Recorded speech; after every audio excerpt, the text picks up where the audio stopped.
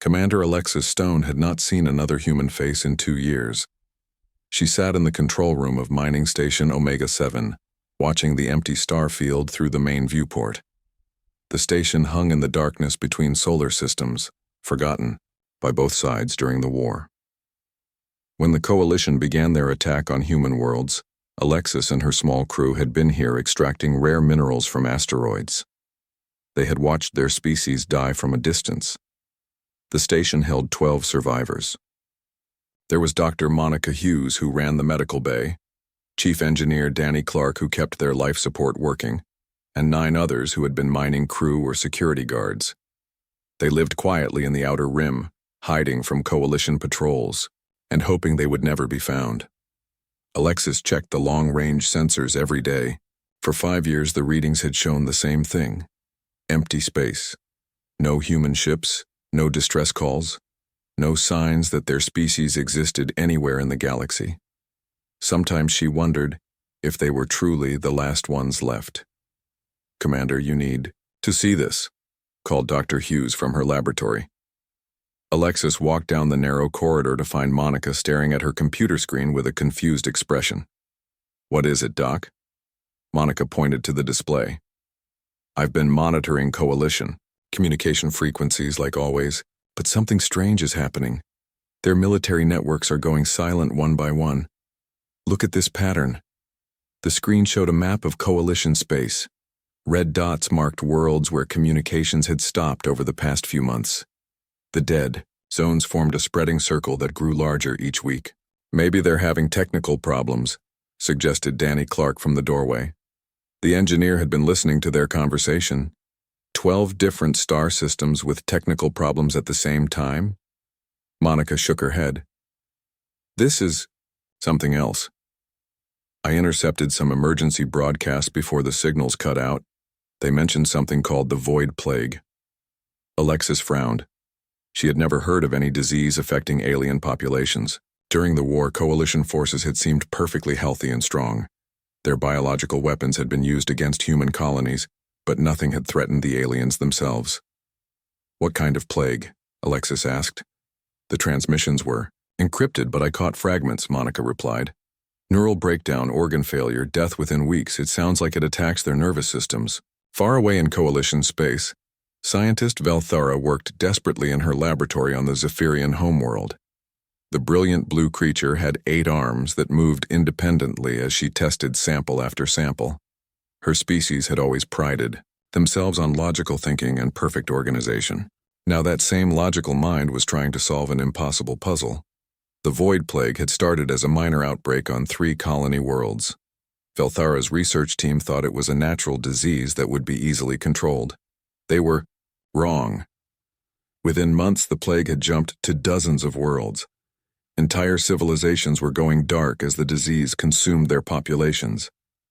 Velthara had studied every aspect of the plague. It was unlike anything in their biological databases. The organism attacked neural pathways in ways that seemed almost intelligent.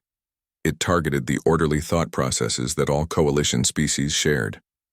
Their logical minds became chaotic, and eventually stopped working completely. But the strangest thing was where the plague had come from. Velthara's investigation led her to an ancient archaeological site on Kepler 442b. 5 years ago, Coalition expansion forces had discovered ruins from a long-dead civilization. The artifacts they brought back included a strange crystalline device that none of their scientists could understand. Now Velthara realized that device was a biological weapon. The extinct aliens who built it had faced some terrible enemy long ago. They created the Void Plague as their final desperate act of war. The weapon had waited in those ruins for millions of years until Coalition scientists accidentally activated it. The plague had been designed to target specific types of neural activity. It attacked brains that functioned in logical, organized patterns. Every known intelligent species in the galaxy shared those same basic thought processes. Every species except one. Velthara accessed the military databases from the recent war against humanity. She studied human brain scans that had been taken from prisoners and medical records stolen from human worlds. What she found made her 3 hearts beat faster. Human brains worked completely differently than any other species.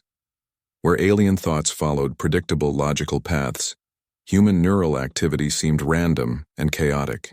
Humans made decisions based on emotions and intuition rather than pure logic. Their creativity came from mental processes that jumped between unconnected ideas in ways that looked almost insane to organized alien minds. The Coalition had always seen these traits as evidence of human inferiority. During the war, Coalition strategists had struggled to predict human tactics because they made no logical sense. Human commanders would make decisions that seemed completely irrational but somehow worked perfectly. It was this unpredictable nature that had made the Coalition fear humans enough to attempt genocide. But now Velthara understood that those chaotic thought patterns were actually a form of protection. The Void Plague attacked organized neural activity. Human minds were so disorganized and unpredictable that the plague could not find anything to attack. They were naturally immune. Velthara's research showed that every human brain scan in their databases would resist the plague infection. The species that the Coalition had eliminated as chaotic and dangerous was the only species that could survive the weapon they had accidentally unleashed. She tried to contact the Coalition High Command, but found that half of their leadership was already dead or dying. The plague had reached the core worlds and was spreading faster than their medical teams could respond. Panic was setting in as perfectly ordered civilizations watched their populations collapse. In desperation, Coalition forces began searching their databases for any surviving humans. The genocide had been thorough, but military records showed that some human settlements might have been missed. Deep space mining operations, research stations, and colonies in remote systems might still exist. Commander Alexis Stone was checking the station's food supplies when the proximity alarm sounded. She rushed to the control room where Danny Clark was staring at the sensor display with wide eyes. "Coalition patrol ship," he reported. "Light cruiser, heading straight for us." Alexis felt her blood turn cold. After 5 years of hiding, they had finally been found. She looked around the control room at the frightened faces of her crew. 12 people against a Coalition warship was no contest. "How long until they reach us?" she asked. 20 minutes, Danny replied. Alexis made a decision that surprised everyone, including herself. Instead of running or hiding, she walked to the communications console and opened a channel to the approaching ship. "Coalition vessel, this is Mining Station Omega 7, she transmitted. "We are unarmed civilians. What do you want?" The response came back immediately in heavily accented English. "Human ship, do not run. We need to talk. We need help." Dr. Monica Hughes looked at Alexis with shock. "They need help? From us?" The Coalition commander's voice continued over the radio. "Please. We know about plague, our people dying. Only humans can save us. Please help." Alexis stared at the communications panel. 5 years ago, these aliens had destroyed her world and killed her species. They had hunted humans across the galaxy and shown no mercy. Now they were begging for help. "What plague?" Alexis asked. "Void plague killing all Coalition species, but humans immune. Your brain pattern's different. We made terrible mistake. Please, billions dying every day. Need human help to find cure." Monica grabbed Alexis by the arm. "Commander, this could be a trap. They might be lying to capture us." But Alexis looked at the sensor readings from the Coalition ship. Its energy output was erratic and life support seemed unstable. Through the viewport, she could see that parts of the ship's hull were damaged. This was not a healthy vessel on a hunting mission. This was a desperate ship carrying sick or dying crew members. "Coalition ship, prepare for docking," Alexis said, finally. "But any hostile action and we will defend ourselves." As the alien vessel approached their station, Alexis wondered if she was making the biggest mistake of her life. The species that had tried to eliminate humanity was now begging for the help of the very people they had attempted to destroy. The irony was almost too much to believe, but if billions of beings were really dying from some plague that only humans could resist, then maybe the galaxy needed chaos and unpredictability more than perfect order. Maybe the traits that made humans seem dangerous were actually what would save everyone. The Coalition ship docked with a gentle bump that shook the entire station. Alexis and her crew prepared to meet face-to-face with their former enemies who were now desperate enough to ask for salvation from the species they had tried to make extinct. Captain Jake Morrison stood on the bridge of the UES Defiance watching his world burn. The massive alien ships hung in space like metal mountains, their weapons turning Earth's cities into glass. He gripped the command rail as another wave of Coalition fighters swept past the orbital defense stations. "Sir, the Luna base is gone," reported Lieutenant Amy Rodriguez from the communication station. Her voice stayed steady, but Jake could see her hands shaking. They hit it with some kind of plasma cannon. Nothing left but debris. Jake nodded and turned to his tactical officer. "How many ships do we have left, Ben?" Lieutenant Ben Parker checked his screen. 17 destroyers, maybe 30 fighters. The Coalition has over 200 capital ships and thousands of fighters. We're not going to win this fight. The war had started 3 months ago when the Galactic Coalition announced Operation Clean Slate. 12 alien species led by the advanced Zephyrians had decided that humans were too dangerous to exist. They called humans chaotic and unpredictable. They said human emotions made them violent and unstable. The Coalition wanted perfect order in the galaxy, and humans did not fit their plan. Jake remembered the day the first Coalition ships appeared at the edge of the solar system. The aliens had sent a message to Earth's leaders. They offered humanity a choice: leave the galaxy forever or face extinction. Earth's governments tried to negotiate, but the Coalition had already made their decision. Humans had to go. The first battle had been at Mars. The Coalition expected an easy victory against the primitive human fleet. They were wrong. Captain Pete Sullivan had led a small group of human ships against a Coalition battle group twice their size. The humans used tactics the aliens had never seen before. They hid behind asteroids, used decoy signals, and coordinated attacks that seemed random but worked perfectly. Sullivan's ships destroyed 8 Coalition vessels before they were overwhelmed. That victory had given humans hope. Maybe they could fight back against the superior alien technology. Maybe their creativity and unpredictable nature was actually a strength. But the Coalition learned from their mistakes. They sent more ships and used different tactics. The war slowly turned against humanity. Now Earth was dying, and Jake watched from his command deck as the last orbital stations fell. The defense grid that had protected Earth for 50 years was breaking apart under the Coalition bombardment. Emergency signals came from all directions as human ships fought desperately against impossible odds. "Captain Morrison," came a voice over the emergency channel. It was Admiral Lisa Carter calling from her flagship near Jupiter. "All remaining ships fall back to Rally Point 7. We need to regroup." Jake wanted to obey the order, but he looked at Earth below. Billions of people were down there. His wife Kate worked at a hospital in New York. His daughter Emma was at college in California. If the human fleet retreated, those people would die. "Negative, Admiral," Jake replied. "The Defiance is staying here." Dr. Lisa Carter worked frantically in her laboratory on Mars. She had been studying alien biology for years and had made an incredible discovery just as the war began. The research station where she worked was hidden in the Red Planet's northern canyon system. So far, the Coalition had not found it. Lisa stared at the data on her screen. 3 weeks ago, reports had come in from Coalition worlds about a strange new disease. They called it the Void Plague. It attacked the nervous system and killed within days. The Coalition thought it was a natural outbreak and ignored it during their war against humanity. But Lisa had studied the plague samples that human spies had stolen from Coalition ships. What she found changed everything. The disease affected the brain patterns of every known alien species.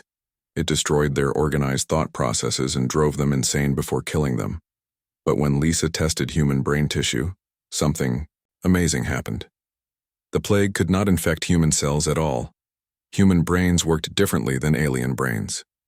Where alien minds followed logical patterns, human thoughts jumped around in ways that seemed random. The Coalition had always seen this as a weakness. They thought human emotions and creativity made them inferior. But Lisa's research showed that these chaotic thought patterns made humans completely immune to the Void Plague.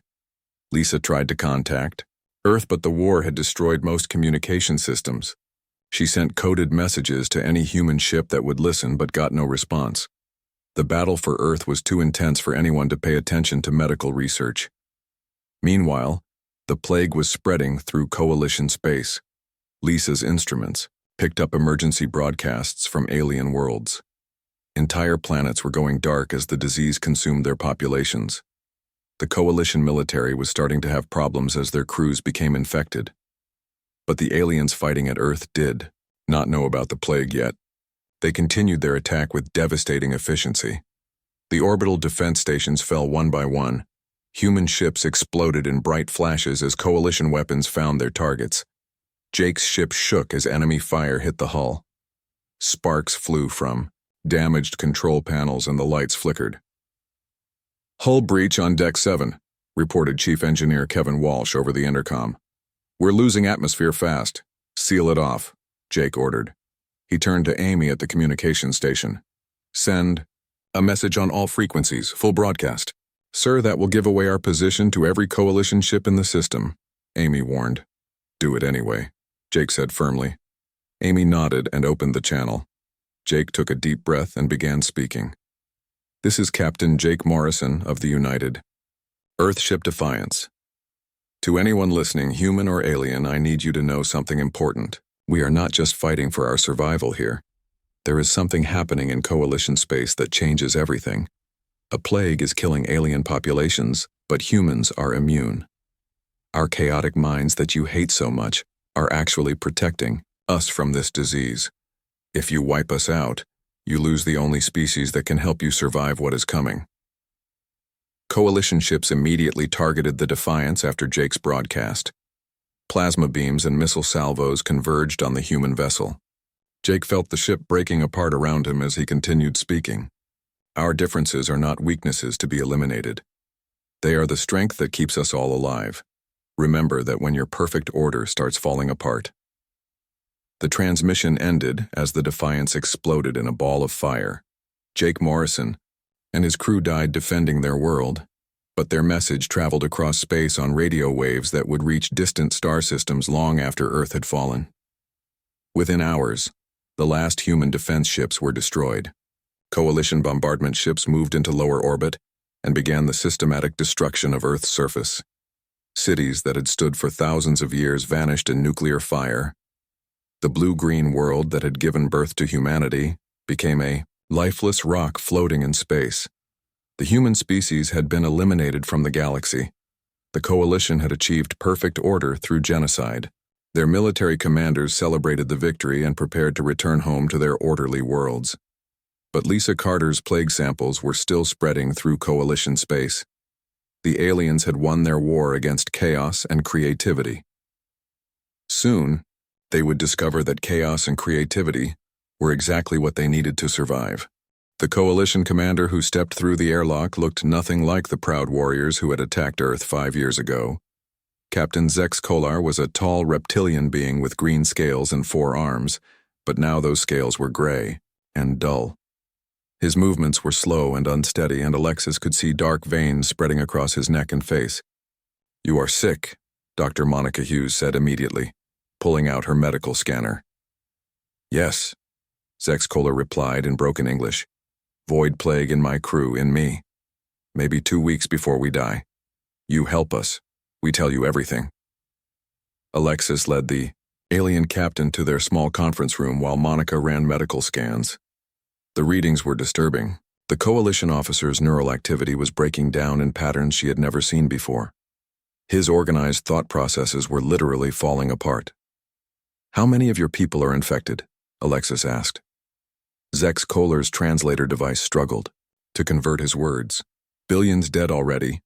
Hundreds of worlds gone silent. My government sending ships to find any humans still alive. You may be last hope for galaxy." Dr. Kevin Walsh had been listening from the medical bay. The former battlefield medic stepped into the room with a grim expression. During the war, Kevin had treated human soldiers who had been wounded by Coalition weapons. He had watched friends die from alien plasma burns and biological weapons. Now those same aliens were asking him to save their lives. "Why should we help you?"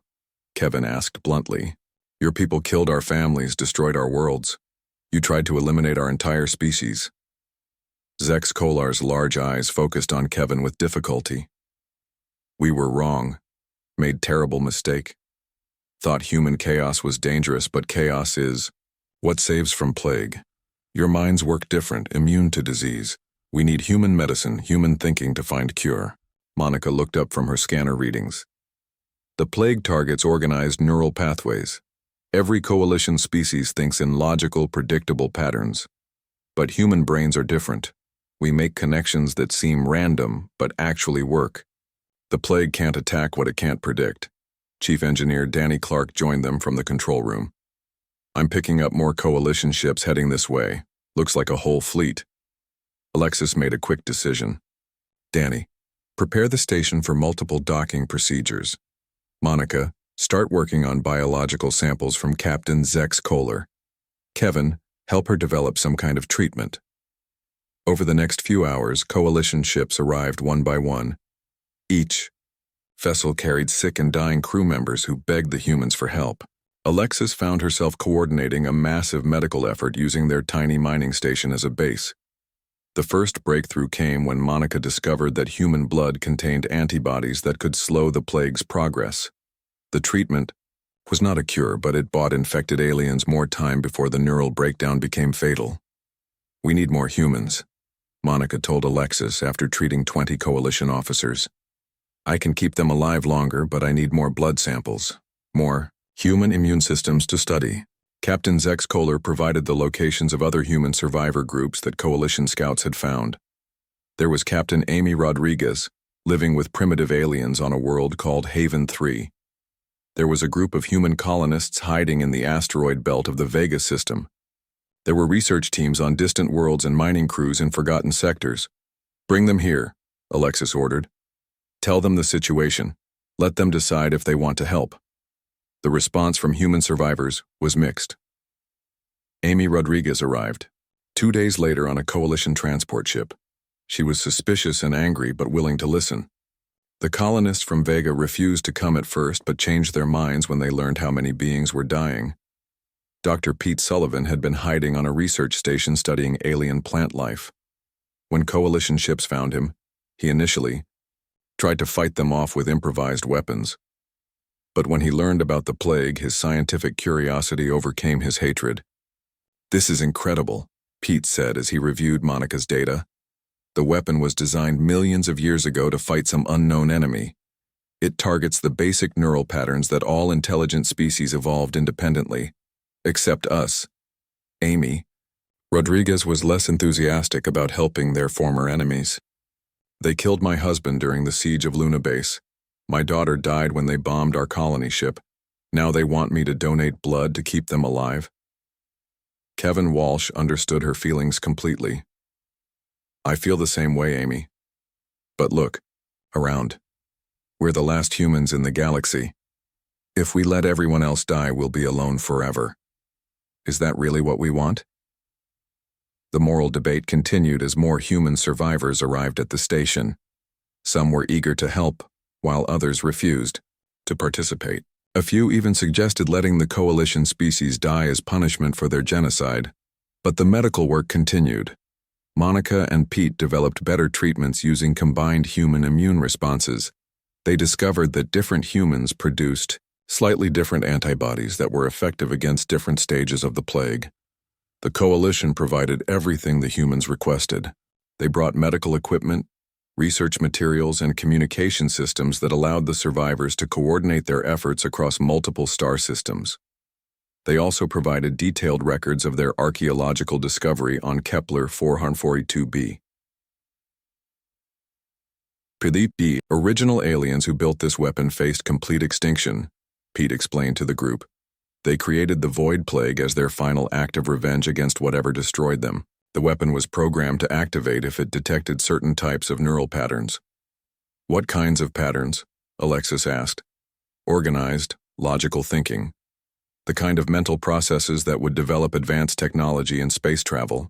The weapon was designed to eliminate any species that might become a threat. Monica nodded as she understood the implications. But humans evolved differently. Our brains developed emotional and creative thinking alongside logic. We make intuitive leaps that don't follow predictable patterns. The weapon can't target what it can't understand. The treatment protocols required constant human supervision. Coalition patients needed regular injections of human antibodies and monitoring by human medical teams. The process was exhausting and required humans to work around the clock. As word spread through Coalition space, desperate ships arrived at human survivor locations throughout the galaxy. The 12 species that had once united to eliminate humanity now depended completely on human cooperation for their survival. The power dynamic had shifted completely. Human survivors found themselves negotiating from a position they had never imagined. They demanded guarantees of safety, citizenship rights in the reformed coalition, and leadership roles in the medical response. "You want our help?" Amy Rodriguez told a coalition admiral. "Then you give us equal representation in your government. You give us access to your technology and resources, and you build memorials for every human world you destroyed." The coalition agreed to everything. They had no choice. Every day of delay meant millions more deaths as the plague spread through their populations. But the treatments were not permanent cures. The plague continued to mutate and adapt, requiring constant development of new countermeasures. Only human researchers could keep up with the changes because their chaotic thinking matched the unpredictable nature of the evolving disease. Dr. Sullivan made another important discovery while studying the original weapon. "The plague doesn't just target neural patterns," he reported to the group. "It's designed to keep mutating until it finds a way to attack its targets. It's like a living thing that learns and adapts. So even if we cure the current version, it will change into something new?" Monica asked. "Exactly. This isn't a normal disease. It's a weapon that keeps fighting until it wins. The only reason it can't adapt to human brains is because there's nothing predictable for it to learn." The implications were staggering. The coalition would need permanent human medical support for the rest of their existence. Human oversight would be essential for maintaining any cure they developed. The species that had once planned to eliminate humanity now could not survive without them. As the weeks passed, more human survivors were located and brought into the medical effort. The population grew from dozens to hundreds as coalition search teams found hidden colonies and forgotten outposts throughout the galaxy. Each new human brought unique antibodies and different approaches to solving medical problems. The diversity that the coalition had once feared became their salvation as human creativity found new ways to fight the plague. Alexis stood in the expanded medical bay watching human doctors work alongside alien patients who had once been their enemies. The irony was not lost on her. The coalition had wanted to create perfect order by eliminating the chaotic human element from the galaxy. Now that chaos was the only thing standing between civilization and complete extinction. The galaxy was learning a hard lesson about the value of diversity and unpredictable thinking. But Alexis wondered if the lesson had come too late to prevent future conflicts between species who could not understand each other's differences. Lieutenant Ben Parker stood in the cargo bay of the coalition medical ship Harmony, staring at the cases of human blood plasma that would be delivered to the Zephyrian homeworld. Each case represented hours of donations from human survivors who were working to save the species that had tried to destroy them. Ben's hands clenched into fists as he thought about what those aliens had done to his family. "You don't have to do this, Ben," said Dr. Monica Hughes from behind him. She had been watching him struggle with the decision for days. "Yes, I do," Ben replied without turning around. "Because if I don't help, more people will die. But that doesn't mean I have to like it." The moral conflicts were tearing the human survivors apart. 6 months into the medical relief effort, deep divisions had emerged among the few hundred humans still alive in the galaxy. Some, like Ben Parker, participated reluctantly, driven by duty rather than forgiveness. Others refused to help at all. Captain Amy Rodriguez had established a separate group of survivors who called themselves the Remembrance. They collected records of every human world that had been destroyed, and every person who had been killed during the Coalition's genocide. Amy believed that helping their former enemies was betraying the memory of the dead. They murdered 18 billion people, Amy said during a heated meeting at mining station Omega 7. They turned Earth into a lifeless rock. They hunted us down like animals across the galaxy. Now we're supposed to forget all that and save their lives? Dr. Pete Sullivan tried to reason with her. Amy, I understand your anger. I lost people too. But if we let billions of innocent beings die, how are we any better than they were? Those beings supported their government's decision to eliminate us, Amy shot back. They cheered when human worlds burned. They're not innocent. The argument reflected a larger struggle within the human survivor community. Dr. Kevin Walsh found himself caught between his medical oath to help all patients and his personal desire for revenge against the species that had killed his wife and children. The coalition made the situation worse by constantly praising human mercy and forgiveness in their propaganda broadcasts. They called humans noble and enlightened for helping their former enemies. Many humans found this deeply insulting since the same aliens had recently called them chaotic savages who deserved extinction. But the medical work continued because the alternative was too horrible to consider. The Void Plague had killed over 50 billion beings across coalition space. Entire civilizations had collapsed as their populations died.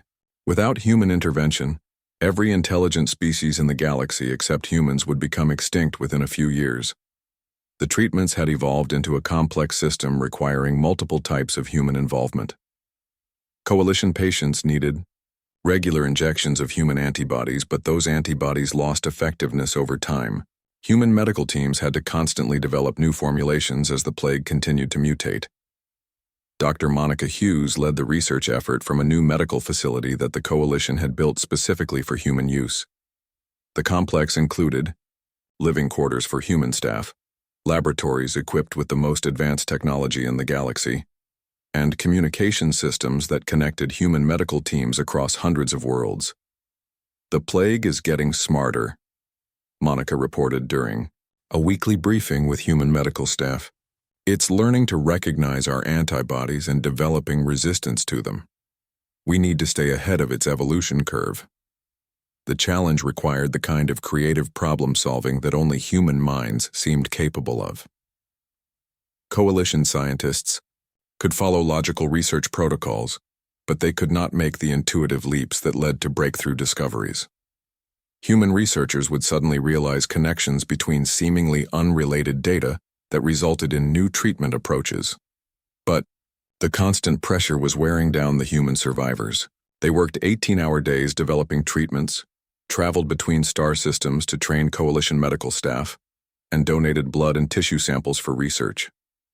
The few hundred humans alive were trying to save billions of alien patients.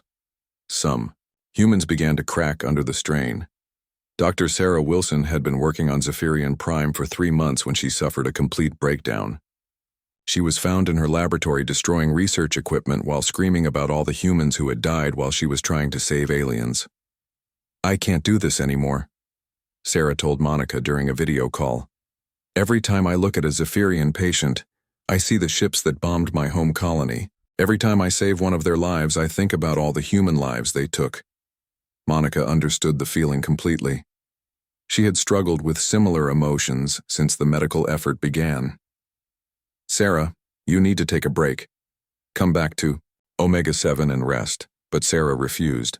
"If I stop working, people will die. The plague will spread to worlds that haven't been infected yet. I have to keep going." The dedication of human medical teams was becoming legendary throughout coalition space. Alien patients saw humans working to exhaustion to save the lives of beings who had recently tried to kill them. The contrast with their own species' previous behavior was impossible to ignore. Coalition governments tried to honor human sacrifice by offering rewards and recognition, but many humans found these gestures hollow.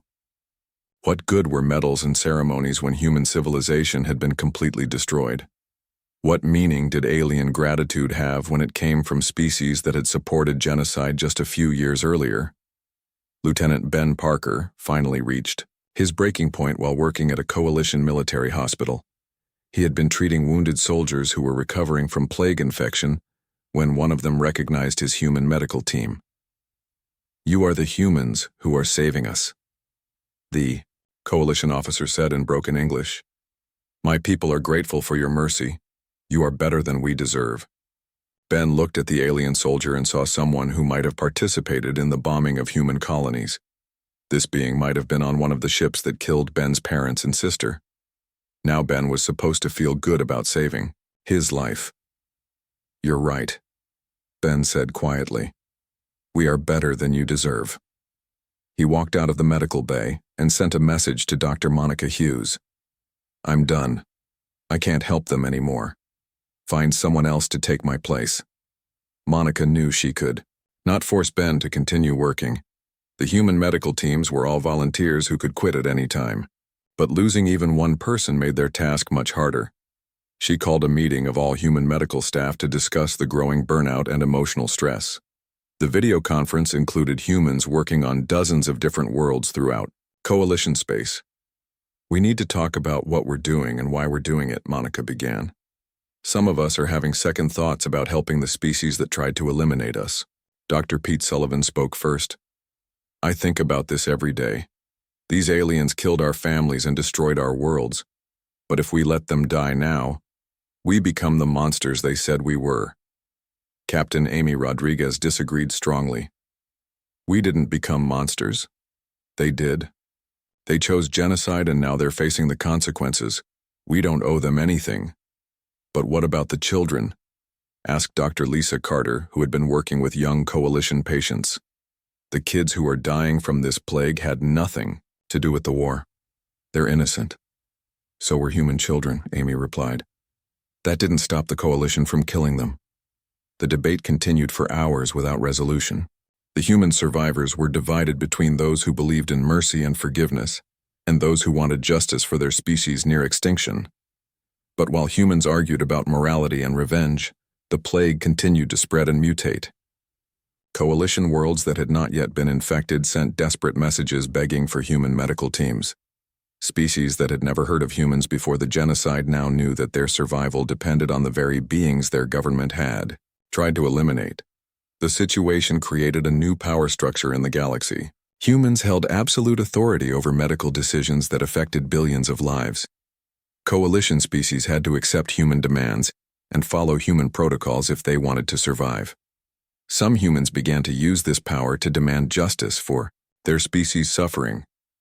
They required coalition worlds to build memorials for destroyed human colonies before they would provide medical assistance. They insisted that alien children learn about human culture and the genocide that had nearly eliminated humanity. But others worried that using their medical knowledge as a weapon made them no better than their former enemies. The power to save or condemn entire species was too much responsibility for a few hundred survivors to bear. Dr. Monica Hughes found herself making decisions that affected the fate of civilizations. When coalition planets requested human medical teams, she had to choose which worlds would receive help first. Those choices determined which populations would live and which would die. The weight of such responsibility was crushing. Monica lay awake at night thinking about the billions of beings whose lives depended on her decisions. She wondered if this was how coalition leaders had felt when they decided to eliminate humanity. Did the power to control life and death eventually corrupt everyone who held it? The human survivors were learning that salvation came with a price. Captain Pete Sullivan stood before the rebuilt Galactic Council on New Geneva, the artificial world that had replaced the destroyed coalition capital. 2 years had passed since the worst of the plague crisis, and the galaxy looked very different now. Where once 12 species had ruled through fear and military might, now hundreds of representatives from surviving worlds gathered to make decisions together. Pete wore the blue uniform of the Galactic Medical Corps, the human-led organization that maintained vigilance against biological threats throughout known space. As the current director of planetary health, he held more real power than most government officials. His word could determine whether entire star systems received medical support or were left to face new outbreaks alone. The latest reports show that plague variant Epsilon has been contained on Rigel 4, Pete announced to the assembly. Human medical teams successfully developed countermeasures within 72 hours of detection. No casualties were reported. The alien representatives applauded politely, but Pete could see the fear in their eyes. They all knew that without human oversight, any new plague outbreak could destroy their civilizations within weeks. The original Void Plague had been defeated, but it continued to mutate in ways that only human medical teams could predict, and Dr. Monica Hughes watched the proceedings from the observer gallery. She had stepped down from active medical duty 6 months ago to focus on training new human doctors. The human population had grown to nearly 2,000 through careful reproduction programs and the discovery of additional survivor communities in remote parts of the galaxy. Every human child born since the plague crisis was considered precious beyond measure. They represented not just the future of humanity, but the future of all intelligent life in the galaxy. Human genetic diversity was carefully maintained to ensure that their unique immune capabilities would continue to protect everyone. The political changes had been dramatic. The old coalition structure had collapsed completely as member species realized that their survival depended on cooperation rather than domination. The new Galactic Council gave every surviving world equal representation, with humans holding permanent seats on all major committees. Captain Amy Rodriguez had become the human ambassador to the Council. Despite her initial resistance to helping former enemies, she now worked to ensure that the mistakes of the past would never be repeated. She had helped write the Universal Species Protection Act, which made it illegal for any government to target another species for elimination. "We gather today to remember," Amy said during the weekly memorial service. "We remember the 18 billion humans who died in the Coalition's war of extinction. We remember the 50 billion Coalition citizens who died from the plague. We remember that fear and hatred led to suffering on a scale that nearly ended all intelligent life in our galaxy." The memorial hall was built on the exact site where Earth had once orbited. The dead world had been restored over 2 years of terraforming, though it would never again be the blue-green paradise that had given birth to humanity. Instead, it served as a reminder of what could be lost when different species failed to understand each other. Lieutenant Ben Parker had returned to active medical duty after taking a year-long break to deal with his emotional trauma. He now led a rapid response team that could be deployed to any world facing a medical emergency. His personal struggles with forgiveness had made him better at helping other beings work through their own psychological wounds. "The hardest part isn't treating the disease," Ben told a group of young Coalition medical students. "The hardest part is treating the fear and hatred that disease creates. When people are afraid, they make bad decisions. They blame other species for their problems. They start thinking that elimination is easier than cooperation." The students listened carefully to his words. Most of them had grown up during the plague years and had seen their parents' prejudices proven wrong by human actions. They represented a new generation that understood the value of diversity and unpredictable thinking. Dr. Kevin Walsh had established the Trauma Recovery Institute on Haven 3, where he helped survivors from both sides of the conflict deal with their experiences. His patient list included humans who had lost everything during the genocide and Coalition citizens who struggled with guilt over their species' past actions. "Forgiveness doesn't mean forgetting," Kevin explained during a therapy session with a mixed group of humans and aliens. "It means choosing not to let hatred control your future. We can remember what happened while still working together to build something better." The economic structure of the galaxy had also changed completely. Human medical knowledge and immune system capabilities had become the most valuable resources in known space. Human-led pharmaceutical companies developed treatments for diseases that affected multiple species. Human researchers worked with alien scientists to understand biological threats that might emerge in the future. But humans were careful not to abuse their unique position. They remembered how the Coalition had used their technological superiority to justify oppression and genocide. Human leaders made sure that their medical knowledge was shared freely with all species rather than being used as a tool of control. The discovery of additional human survivor communities continued throughout the second year after the plague crisis. A group of 50 humans was found living in a generation ship that had been traveling between galaxies. Another community of human colonists was located on a world so remote that they had never learned about the war or genocide.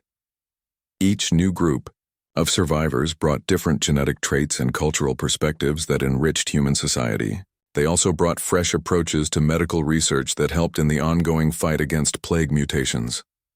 Dr. Lisa Carter led the Genetic Diversity Project, which carefully managed human reproduction to maintain the broadest possible range of immune system capabilities. Every human birth was celebrated throughout the galaxy because it represented increased protection for all species. "We're not trying to create a perfect human race," Lisa explained to the Galactic Council. "We're trying to preserve the imperfect, chaotic thinking that makes us immune to biological weapons designed to target logical minds. Our greatest strength is our lack of mental uniformity." The philosophical implications of the plague crisis had transformed how all species thought about intelligence and consciousness. The discovery that chaotic, emotional thinking could be superior to pure logic in certain situations challenged assumptions that had existed for thousands of years. Coalition universities now taught courses on human cognitive processes and creative problem-solving. Alien students learned to value intuition and emotional responses as legitimate forms of intelligence rather than primitive weaknesses to be overcome. The military structure of the galaxy had been completely reorganized around cooperative defense rather than species-based conquest. The new Galactic Defense Force included representatives from all surviving worlds and was commanded jointly by human and alien officers. Captain Jake Morrison's final message had been preserved and was broadcast throughout the galaxy on the anniversary of Earth's destruction. His words about diversity being strength rather than weakness had become the founding principle of the new galactic civilization. "Our differences are not weaknesses to be eliminated." The recording played in schools and government buildings across hundreds of worlds. "They are the strength that keeps us all alive." The Zephyrians had undergone perhaps the greatest transformation of any species. Once the proud leaders of the coalition, they now served as historians and record keepers for the new galactic government. They used their logical minds to document the mistakes of the past and ensure that future generations would learn from them. Velthara had become the director of archaeological safety, responsible for screening ancient artifacts before they could be studied. Her team made sure that no other biological weapons would be accidentally activated by curious scientists. "The weapon that nearly destroyed us was created by a species that faced extinction," Velthara reported to the council. "They built it out of desperation and hatred, not knowing that it would someday threaten innocent civilizations. We must be more careful about what we dig up from the past." The new galactic order was built on principles that would have seemed impossible during the Coalition era. Different species were celebrated for their unique contributions rather than being pressured to conform to a single standard. Emotional thinking was valued alongside logical analysis.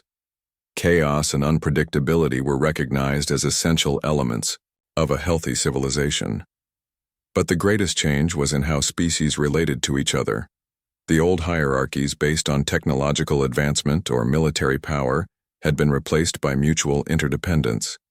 Every species needed the others for different reasons, creating a web of cooperation that made war nearly impossible. Humans needed alien technology and resources to rebuild their civilization. Aliens needed human medical knowledge and creative thinking to survive biological threats. Neither side could dominate the other without destroying the relationship that kept them all alive. As Pete Sullivan concluded his speech to the Galactic Council, he looked out at the representatives from dozens of different worlds.